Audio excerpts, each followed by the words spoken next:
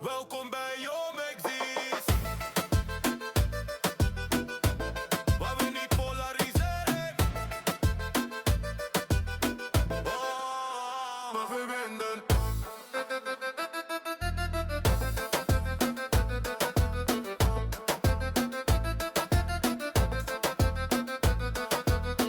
Oh, we verbinden. Oh, we verbinden. Welkom dames en heren bij een nieuwe aflevering van Oom Exist. Ik zit hier vandaag met een hele speciale gast, Tijke. Welkom. Ja, dankjewel. Tijke, hoe is het? Ja, goed. Eventjes gereisd, maar we zijn er. Mooi, goed dat je er bent man, leuk. Ja, Mijn vraag is eigenlijk, wie ben je eigenlijk? Wat doe je eigenlijk? En dan kunnen we daarna uitbreiden Ja. naar de historie daarvan en ja, hoe je verder naar de scene kijkt, et cetera. Ja. Maar om maar even te beginnen, wie ben jij? Nou, ik ben Tijke. Ik kom uit Alkmaar. En ik ben op mijn 16e of 17e gaan rappen. En toen maakte ik beats. Toen heb ik in Alkmaar hebben we hip-hop avonden georganiseerd. Toen leerde ik Inseno kennen. Inseno heeft me een beetje de kneepjes van het vak geleerd. Hij zei, Dope. ja, je moet met je beats moet je meer samples gaan pakken. Want ik was alles aan het inspelen. Mhm. En toen heb ik een EP gemaakt toen ik 20 was. En toen gingen we het hele land door, gingen we voorprogramma's doen van Stenen, Spinal, Opgezwollen, Fresco. We hebben van Tilburg tot aan Groningen op het podium gestaan. En van daaruit ben ik eigenlijk de opnamestudio ingegaan. Dus ben ik opnametechnicus en ook wel producer voor bands en, Ja. en muzikanten. Oké, En toen is hip-hop een beetje. daar zit je al redelijk ver. Ja, Laten we even teruggaan. ja, Je jeugd. Hoe Ja. ben jij überhaupt met muziek in aanraking gekomen? ja. Laten we daar beginnen en dan hoe dat dan uiteindelijk bij hip-hop terechtkomt. Zeg Nou, maar. dat is heel gek, want mijn moeder was niet muzikaal. Maar ik luisterde gewoon al vanaf jongs af aan naar die homegrown hip-hop CD's. Dat waren compilatie-CD's. En daar stonden allerlei losse liedjes op. En toen luisterde ik naar Spookrijders, Klokkenluiders was het liedje. En Opgezwollen. En ja, dat was helemaal te gek. En het is super stom. Ik was 13 en ik moest een gedicht schrijven voor school. En ineens pikten mensen dat gedicht op en ze zeiden, ja, deze is heel vet. En moest ik voordragen aan de hele school. En ik snapte niet zo goed van waarom dat nou heel vet was. Maar blijkbaar was ik daar heel goed in. En toen dacht ik, maar dichten is wel een beetje voor suffe jongens. Oké, En rap is op een beat en dat is even wat manser. En zo is dat Ja. een beetje begonnen. En dat is toen op mijn 17e, 18e wat serieuzer geworden.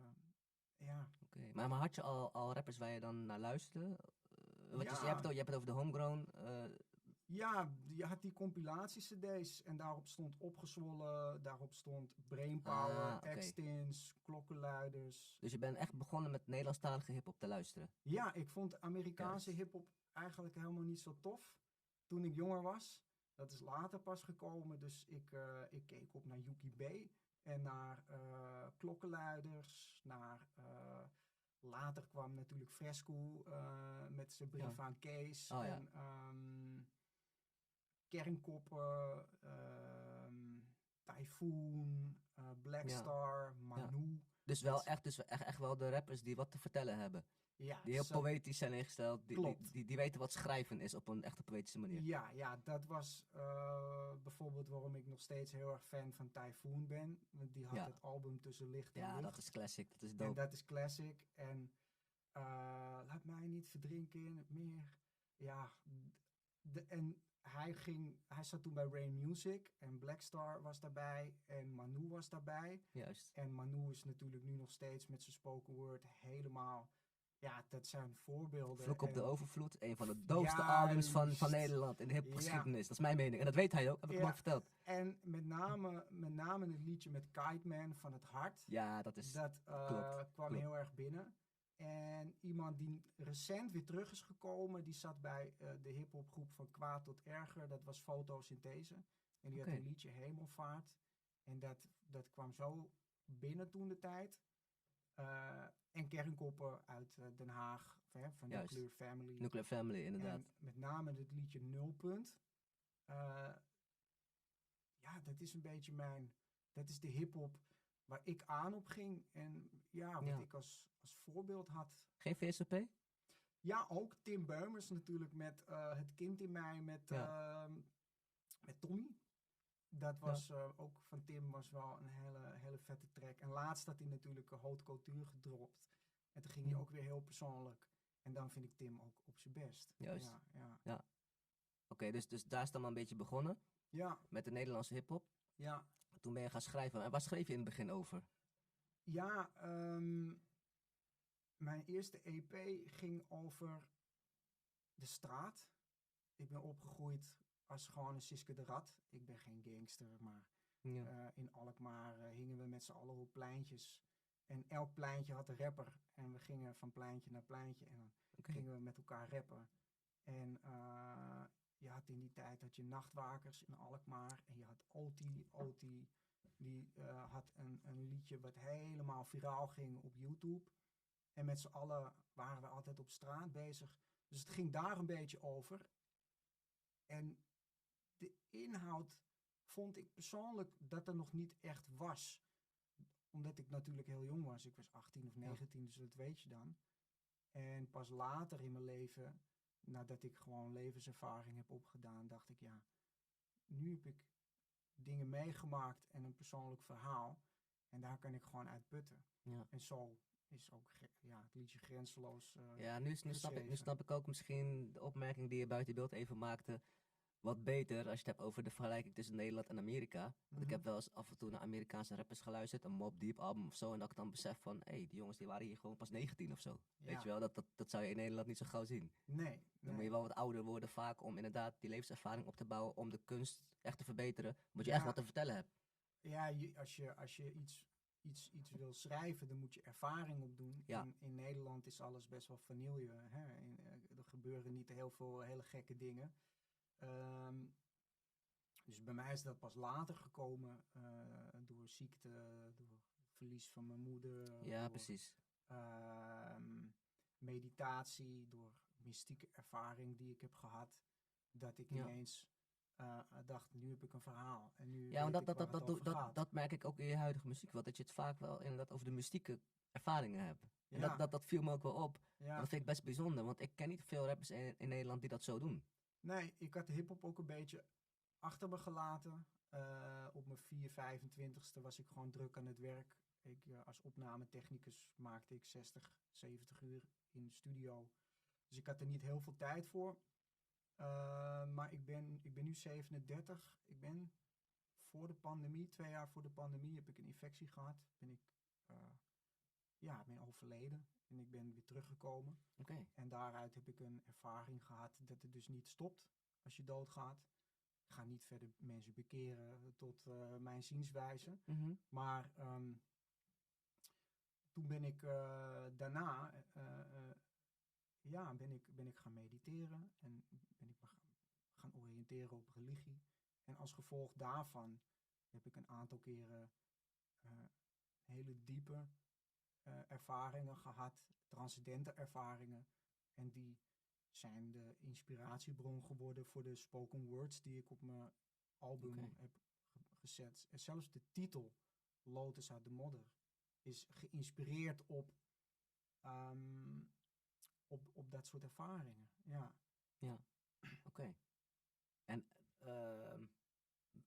het is een bijna doodervaring, zou je het kunnen noemen? Ja. Oké, dus je hebt dingen gezien wat iemand eigenlijk pas ziet die overlijdt. Ja. Ik was heel ziek, dus ik ben. Het volgt een beetje wat andere mensen ook vertellen tijdens bijna doodservaringen. Mhm. Dat ik was ineens buiten mijn lichaam en ik zag mezelf van een afstand. Toen besefte ik me dat er een soort duister was. Ja, Niet oké. een eng duister, niet een duister van een hel of zo, maar gewoon een soort net zoals dat je naar de sterren kijkt en dat een hele donkere, onbekende oneindigheid is. En die droeg me ja. als een moeder. En daarin was ik op dat moment. En toen kwam er een licht. En dat licht was een bewustzijn. Een goddelijk bewustzijn van onvoorwaardelijke liefde. En die droeg mij en die liet mij zien dat alles wat ik had meegemaakt in het leven, dat ik dat niet was. En dat liet me zien wat de ziel is. En wat je voor eeuwig bent. En niet de Ja, persoon en het oké. persoonlijke verhaal en het lijden en de dingen, de beperkende Ja, overtuigingen ja. die we over onszelf hebben. En daar ben ik een tijdje in gebleven. Dus jij bent ook niet de ziekte eigenlijk, zeg maar. Nee, Dus dat hielp misschien ook wel niet het om... lichaam, niet de Ja, ziekte, juist. niet het persoonlijke verhaal. En dat is heel eng, want dat is heel bekend, die identiteit. Dus ik ging echt transcendent aan mijn Juist. persoon in een puur bewustzijn vol liefde. Vol liefde Juist. en vol begrip en vol, ja, en dat is bijna niet uit te leggen in woorden. Juist. En ik heb het wel geprobeerd in de Ja. spoken words. Maar is dit dan ook iets... Misschien weet je dat niet hoor, maar Ja. denk je dat je dit zou kunnen vergelijken met wat andere mensen in een ayahuasca-trip bijvoorbeeld zouden kunnen zien? Nou, ik heb ook later Oh, heb je dat wel heb ik gedaan? wel eens, Oh, oké, heb oké. ik wel eens psilocybine gebruikt, dus Ja. paddo's. Ah, oké. Ja, maar minder intens. Oké. En dat is heel gek, want mensen zeggen, oh joh, ayahuasca en hallucinerende middelen kunnen heel intens zijn. Ja, maar de liefdeservaring is een stuk intenser. En de chaos en de verwarring die je tijdens een trip kunt hebben, eh, is er niet. Het is heel lucide. Het is heel helder. Het is heel echt en niet droomachtig, zoals een trip kan zijn. Maar de confrontatie met dingen en bepaalde heftigheid van zo'n trip, ja, dat had ik ook in die mystieke ervaring. Dus je voelde je uiteindelijk een soort herboren, zou ik dat kunnen zeggen? Of nog niet helemaal? Ja, Wel, op wel dat herboren. moment wel. Op een gegeven moment Oké. komt het leven weer terug en dan Maar ben je totaal weer... nieuwe inzichten, totaal anders gaan leven vanaf dat moment? Ja, Ja, precies, ja, het precies. is niet meer hetzelfde geworden. Want er zijn dingen die je hebt gelaten, nieuwe gewoontes Mm. aangenomen vanaf dat moment? Ja, en oude gewoontes komen ook wel weer terug. Want mensen die ook een hallucinerende trip hebben gedaan met een paddenstoel of een ayahuasca, die Juist. hebben inzichten. En 2 jaar later komen ze erachter dat oude gewoontes er weer insluipen. Nee, ik wist nu, oh ja, die liefde is waar het om gaat. En vroeger kon ik in discussies verstrengeld raken over politiek en de problemen in de wereld en de verschillende dingen waardoor mensen en groepen mensen met andere opvattingen, andere levenswijzen soms met elkaar in conflict raken. En zo goed als dat het kan, probeer ik dat niet te doen. Omdat Oké. de liefde is voorbij. Juist. Maar is dat. dat, sorry als ik veel vraag, maar Ja, dat liefde, is dat dan begrip ook. automatisch? Dus Ja, even een stom voorbeeld. Nou, je zou met iemand in discussie gaan ja, en nu heb je zoiets van, ik begrijp ergens waar die vandaan komt. Of zo, zonder dat je het ermee eens bent. Is dat ja. het? Ons lijden komt voort uit dat we denken, voor een groot deel, dat we dat lichaam zijn, Ja, jouw geschiedenis. En niet dat dat niet belangrijk is, want dat heeft zijn rol. De Mhm. verscheidenheid maakt juist het leven zo mooi. Als je alleen maar dezelfde bloemen hebt, is dat ook niet mooi. Maar we zijn allemaal verschillende bloemen of eigenlijk hetzelfde boeket. En die onwetendheid, die had ik ook. En toen ik ziek werd, Ja. had ik heel erg daaronder te lijden. Dus dat is heel normaal en dat begrijp ik. Maar als je ook een perspectief hebt gehad dat tijdelijk is en dat er iets is wat jij bent voorbij het theater van de wereld, dan is er ruimte. En in die ruimte kun je begrip hebben voor andere mensen. Net zoals bijvoorbeeld je hebt een conflict met je partner of met iemand van wie je veel houdt. En dan doet het pijn. En uit pijn of uit boosheid kunnen mensen dingen naar elkaar toe slingeren. die niet zo fraai zijn.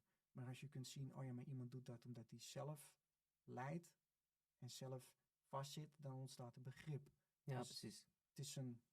Ja. eh, Je kijkt wat genuanceerder ernaar. ja, en je beseft dat iemand vastzit in het theater van de wereld en het theater Juist. van de persoonlijkheid. En Juist. dat er daarachter hetzelfde eeuwenoude wezen Juist. schuilt als ik. Dus ben je dan bijvoorbeeld meer veranderd van een activist naar een artivist bijvoorbeeld? Dus dat je minder in discussie ging en eerder het in je kunst stopte? Ja, nou ja, ik kreeg heel erg de drang om te maken. En dat Juist. had ik voor mezelf, maar dat had ik al heel lang niet meer. Ik dacht, Oké. dit kan ik in muziek stoppen, in teksten, in beats. En dat had ik Juist. heel lang niet. En ik merkte ook dat een hele hoop dingen vanzelf op zijn plek vallen wanneer je je over kunt geven. En activisme komt vaak uit een drang naar controle, omdat we zien dat alles naar de kloten gaat en alles valt uit elkaar. En we hebben geen idee hoe we het bij elkaar moeten houden. En dat gebeurt ook als je sterft. Alleen dan kun je alleen nog maar overgeven. En dan kun je alleen nog maar loslaten. En dan kun je zien dat er een hand is, niet letterlijk een hand, maar dus een symbool voor Mhm. dat we gedragen worden. Dat er een intelligentie is Ja. achter het theater.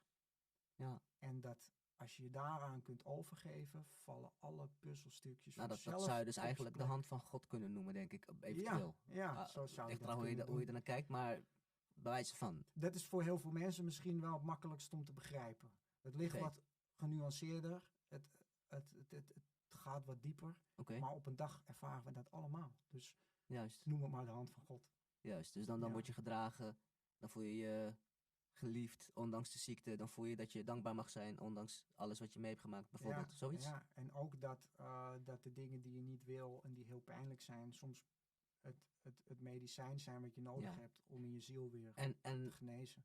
heb je nu ook dus dat je bepaalde teksten niet meer kan schrijven die je voorheen wel schreef? Ja, daar struggle ik wel mee, want hiphop is een beetje brag and boast en opschepperij en dat kan ik heel goed. Ja. en dat is ook iets wat hiphop liefhebbers heel erg mooi vinden. Dus op een volgend project ga ik dat wel doen. Maar ja, ik probeer inderdaad wel liedjes te schrijven die ergens over gaan en die Ja. iets heel menselijks en wezenlijks aanraken. Ja. En ik probeer... Maar ik kan ook gewoon zinloze, Ja. hersenloze bars gooien. Ja, dus dan komt de hip-hop liefhebber weer in je naar boven van, ja, maar het moet niet te soft worden allemaal. Juist, ja. Juist. En dat mag ook. Alleen Ja. als je beseft dat het een theater is en dat het spelen met woorden is en een beetje...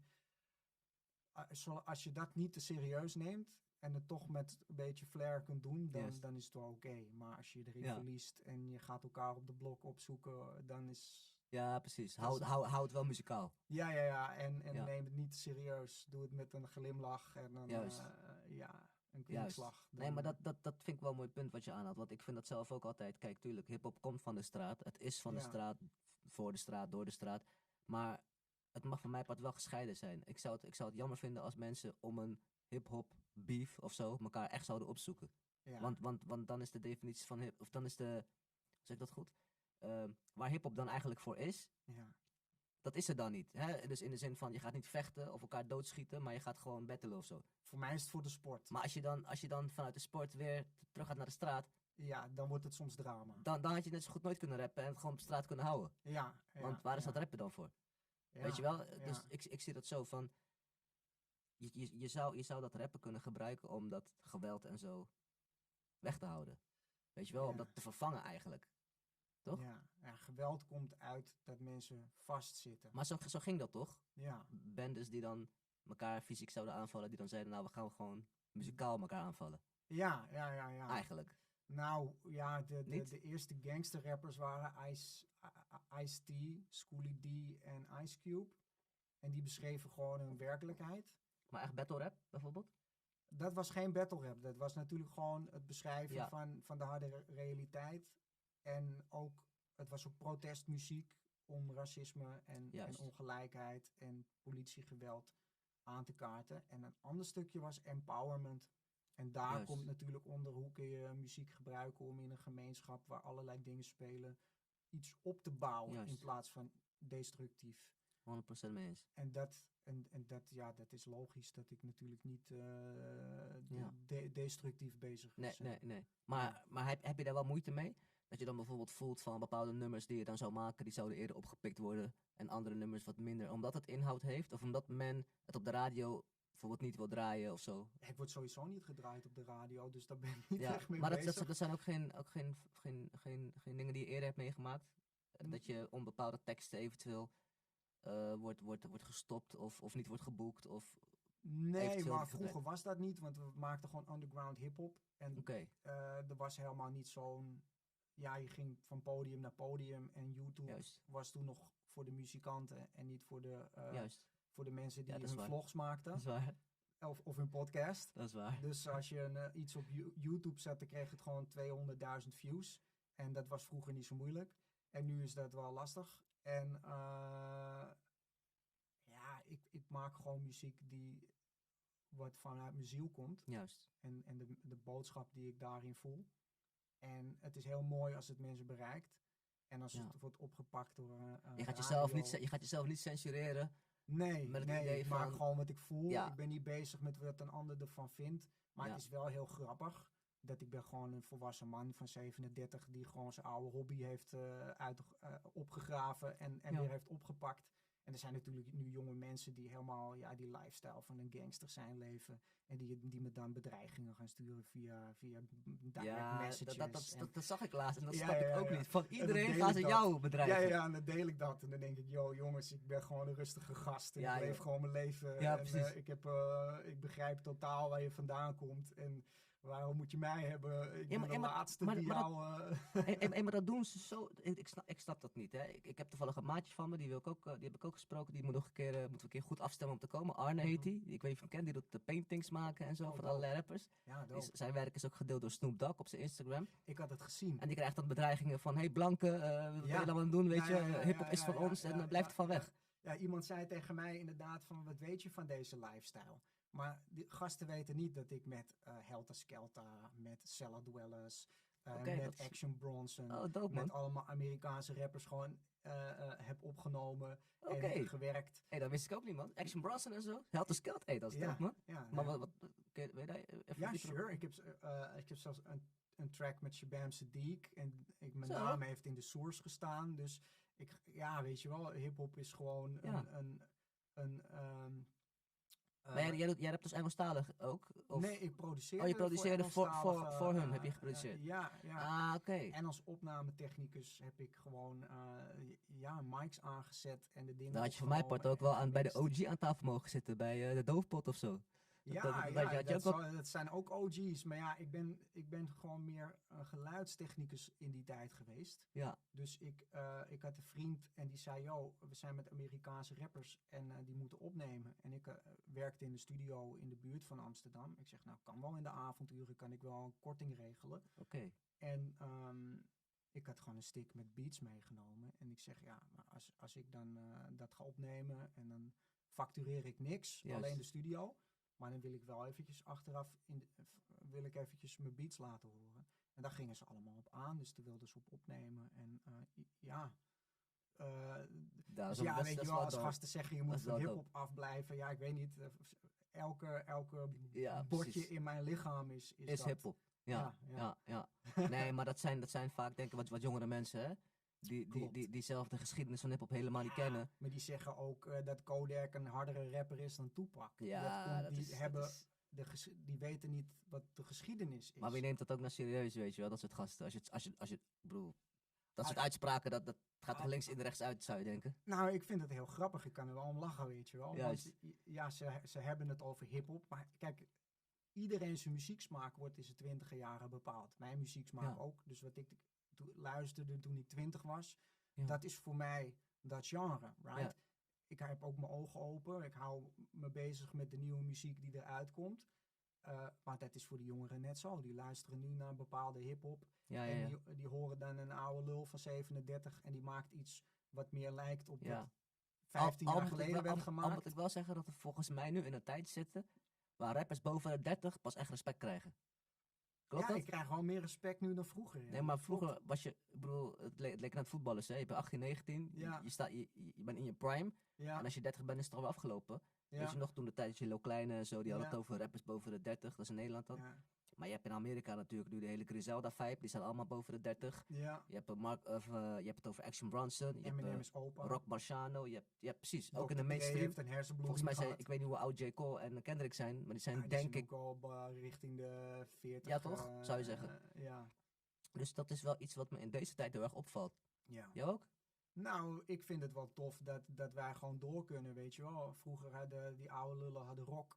En die gingen Ja. dan in een tributebandje gingen ze rockmuziek maken. Maar niemand En- zegt je bent te oud om reggae te maken of om rock te Nee, maken. nee. Maar wij als rapper, dan zeggen ze vaak, ja, je wordt oud, weet je wel. Ja, ja. Terwijl, ik bedoel, Chuck D Ja. maakt ook gewoon nog steeds albums. Terwijl mensen van mijn leeftijd, die zitten er echt niet op te wachten op Juist. iemand met zijn petje scheef op de straat, met zijn fatbike, daar kunnen wij niet mee connecten, weet je wel. Ja. Dus ik vind het ook wel leuk om dan hip-hop te maken. Nou, soms vind ik het wel leuk om te zien wat de jeugd doet, met Klopt. fatbikes en al. 100. Als het maar, weet je wel, Ja. binnen de traditie van hip-hop valt. Maar ik kan niet, zeg maar, connecten met dat verhaal. En dan denk ik van ja, geef mij maar gewoon even Kendrick.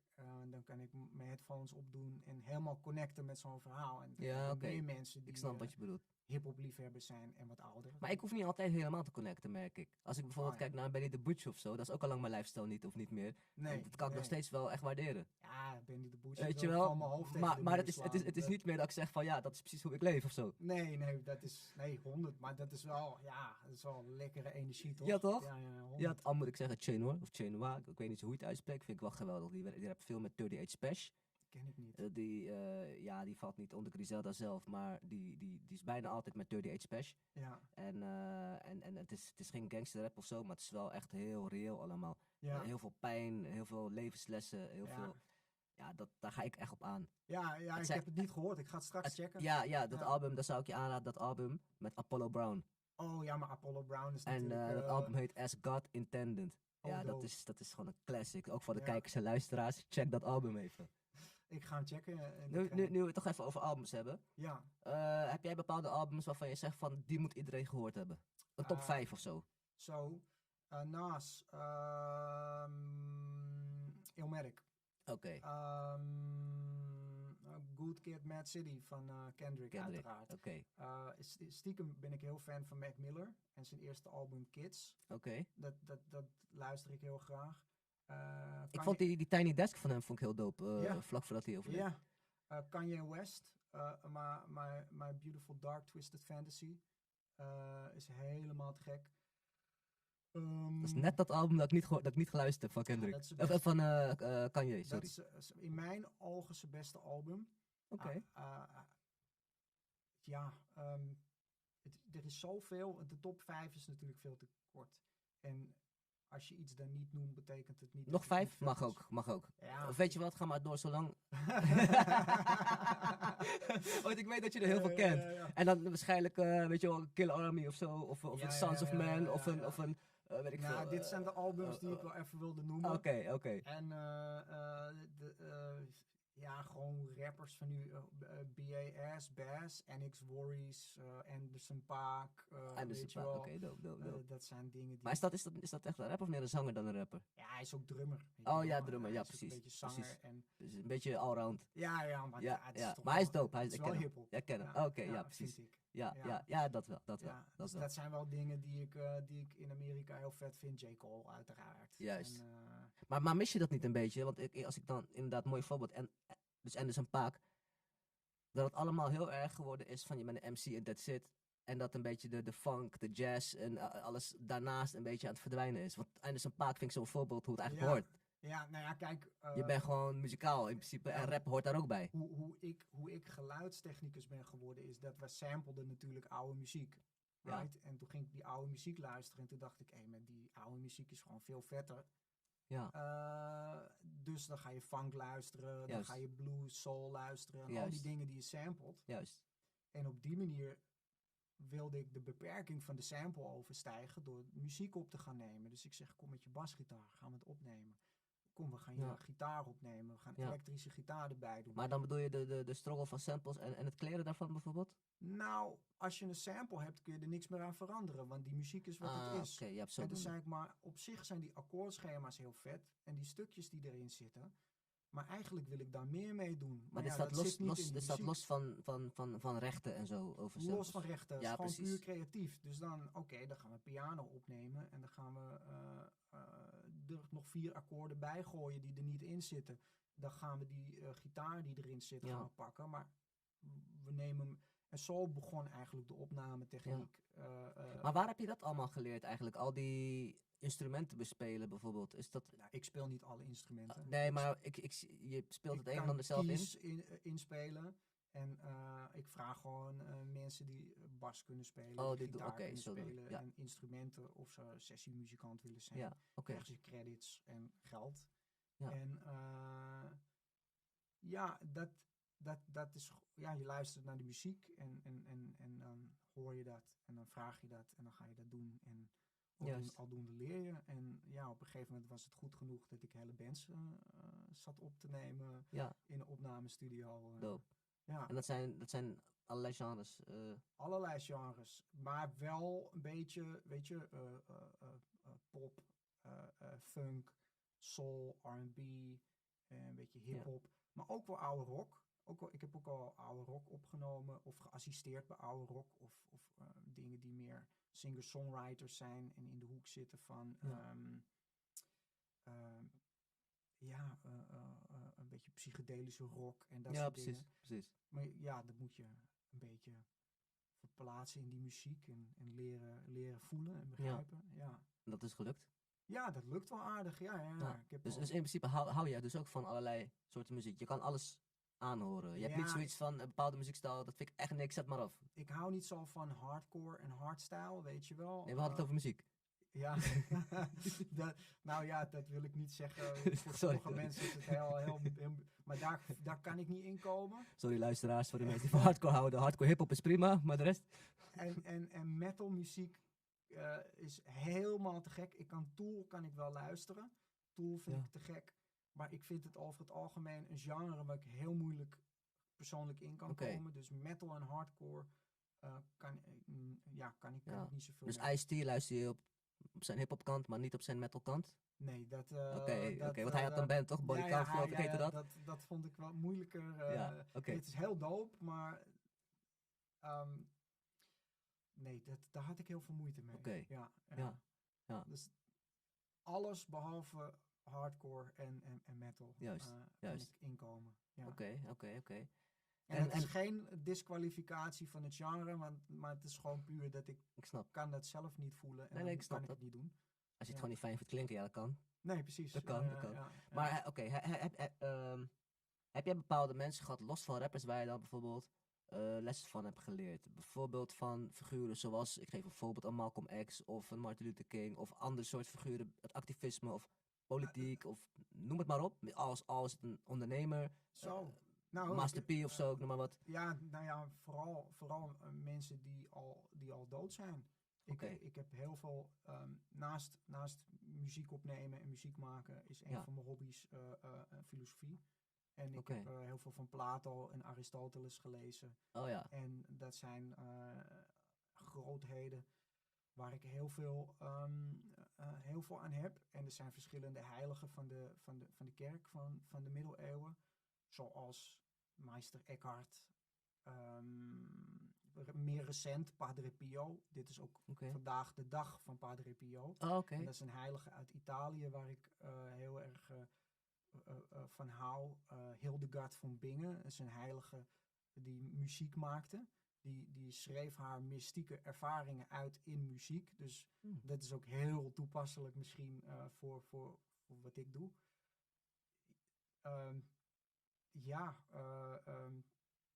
Zo heb je een hele hoop Juist. van dat soort mensen die mij inspireren. En Ja. ja.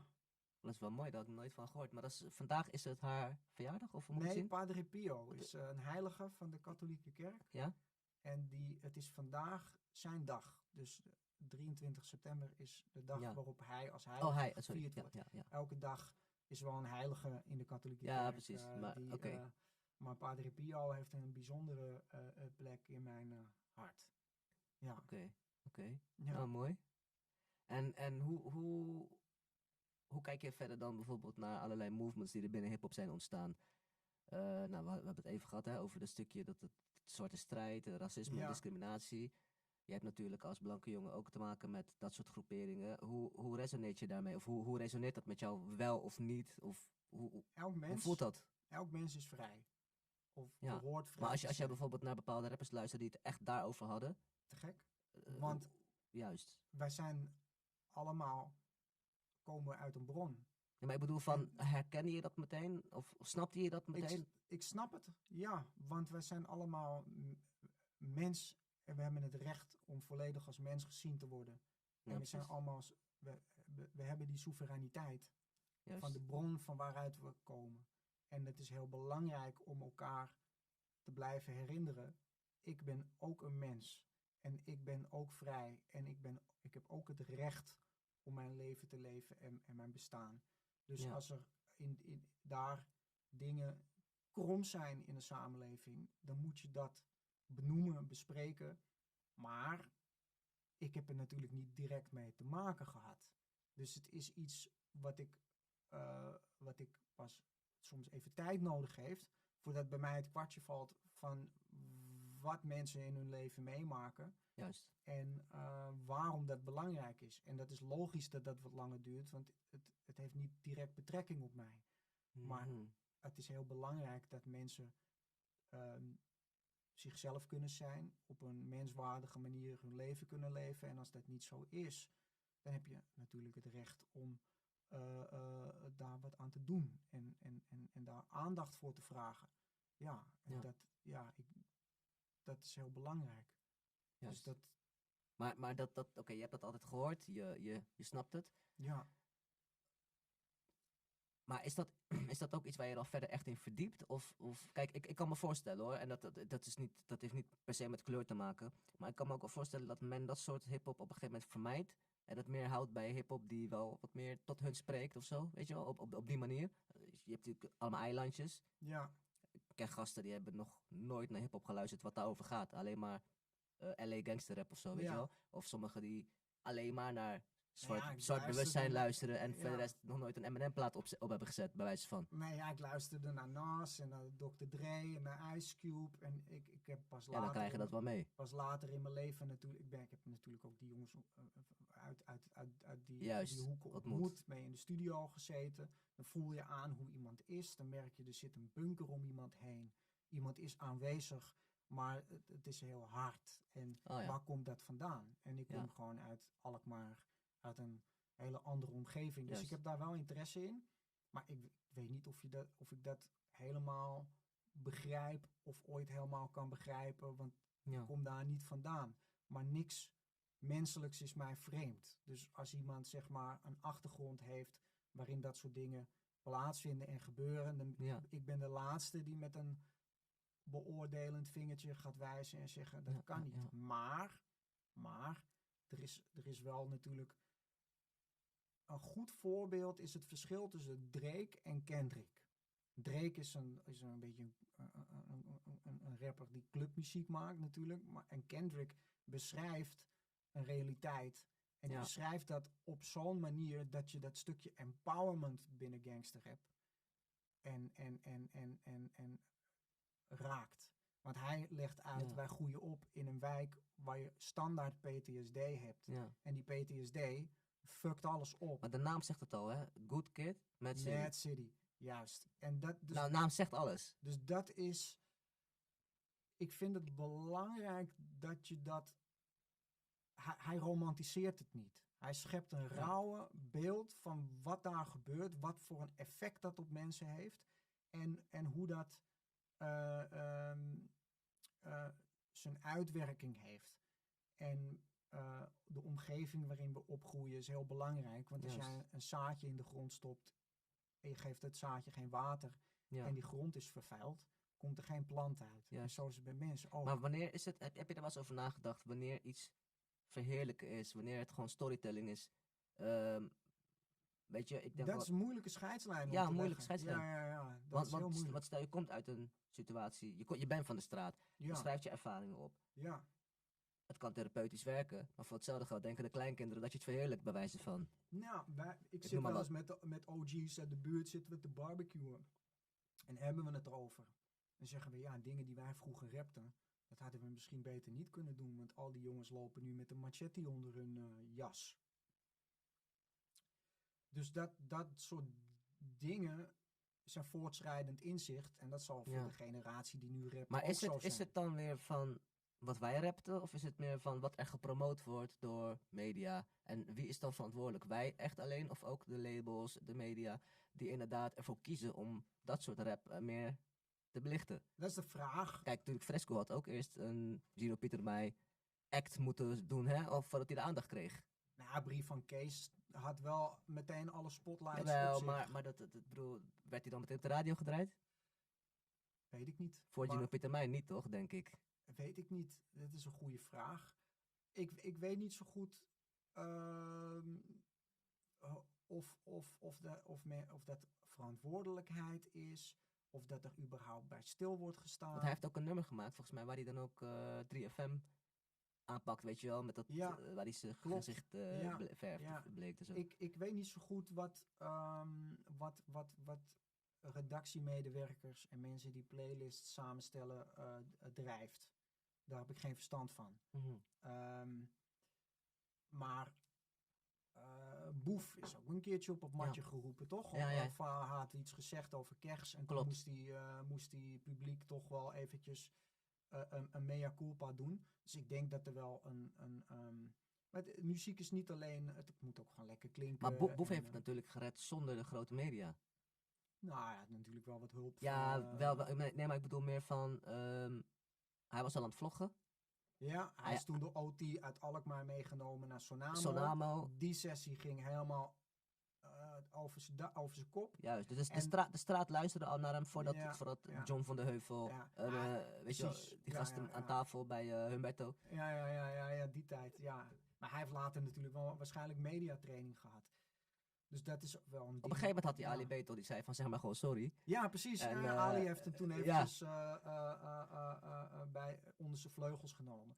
Ja, ik denk dat dat in het medialandschap wel bestaat. Ik denk dat in het medialandschap wel checks en balances zijn. Als je je niet Maar- aanpast, kom je denk ik niet bij de beste zangers of dat soort programma's. Nee, precies. Moet je wel ultra soft overkomen om dat te mogen. Ja, je moet toch wel een beetje, nou, dat denk ik wel. Ja, ik weet niet, ik ben er nooit zo mee bezig. Maar de muziek die ik heel tof vind,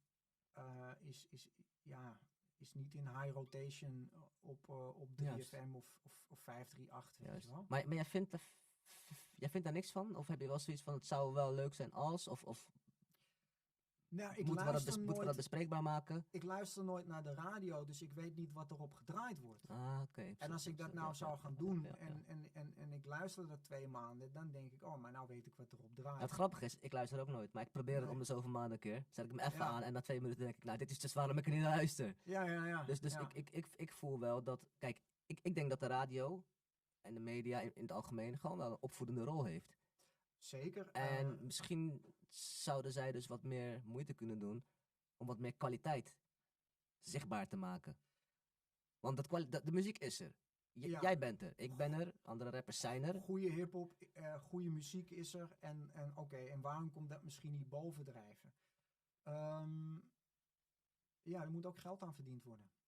Right? Ja. Dus een Ja. Excel-sheet en cijfers doen er ook toe. Ja.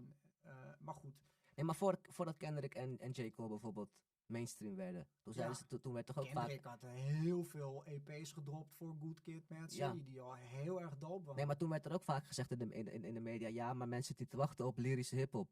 Ja, Maar dan denk ik, maar dan komt J. Cole en dan komt Kendrick en dan zitten ze er blijkbaar toch op te wachten. en dan krijgt hij gewoon Toch? GOAT-status. Toch? En dan heb je Ja. nog weer meer rappers die best wel lyrisch kunnen zijn, zoals, hoe heet die gast nou, die laatste ruzie had met Skepta. Ik ben zijn naam even kwijt, die Amerikaanse rapper, die met Will Smith werkte ook. Oh, ja. Ik ben zijn naam even kwijt, maar je weet Ja. wel wie ik bedoel. Ja, Nou, er zijn wel steeds meer mainstream rappers ik bedoel, Griselda gaat toch ook lekker? Ja. En ook ja, in de precies. mainstream krijgen ze wel dat respect. Misschien worden ze niet flink gedraaid, Nee. maar iedereen kent ze. Ja. Net zoals dat elke mainstream rapper weet wie Rock Marciano is. Ja. Ze dragen ook zijn kleding, zijn Ja, merchandise. Ja, Weet je wel? ja, precies. Iedereen weet wel wie Jedi Mind Tricks zijn. Ja, Vinnie ja. Pass, Il Bill. Ik bedoel, Ja, iedereen ja. kent ze wel. Ook, Il in de, Bill, ook in de mainstream. Ja, precies. Weet je wel? Ja. Die stempel is gewoon gedrukt. Klopt. Maar ik denk als je dan zou draaien, voor R.A. The Rocket Man of zo, of weet ik veel wat, weet je. Ja. Dan denk ik dat men dat wel leuk zou vinden. Ja. En zegt van ja, draai maar nog een keer, want dat wil ik wel Ja. vaker horen. Ja, Maar als je het nooit ja. draait, dan kun je makkelijk zeggen, ja, mensen willen het niet horen. Ja, ik weet niet zo goed hoe dat werkt met redacties en zo. Maar nee, dus ik kan er niks over zeggen. Maar Ja. ik zoek wel de playlists op Spotify op en op het internet Juist. om de dingen te vinden die ik heel tof vind. Juist. Ja. En nu we het toch over playlist hebben, hou Oom Exist in de gaten. Binnenkort de Oom Exist playlist op Spotify. En wij zijn te vinden op YouTube. Vergeet niet te liken, sharen en abonneren. En ga allemaal naar jouw social media. Gewoon kijken op Instagram Gewoon en kijken. TikTok. Gewoon kijken, Instagram, TikTok. En dan zijn we er doorheen voor vandaag. Yes. Tot de volgende. Bedankt voor het kijken. Like, share, subscribe. Peace. Bedankt voor het kijken en luisteren. Jouw support betekent alles voor ons. Vergeet niet te liken, te delen en je te abonneren. Zo mis je nooit een nieuwe aflevering. Zo mis je nooit een nieuwe aflevering. Voor al het nieuws, volg ons op social media via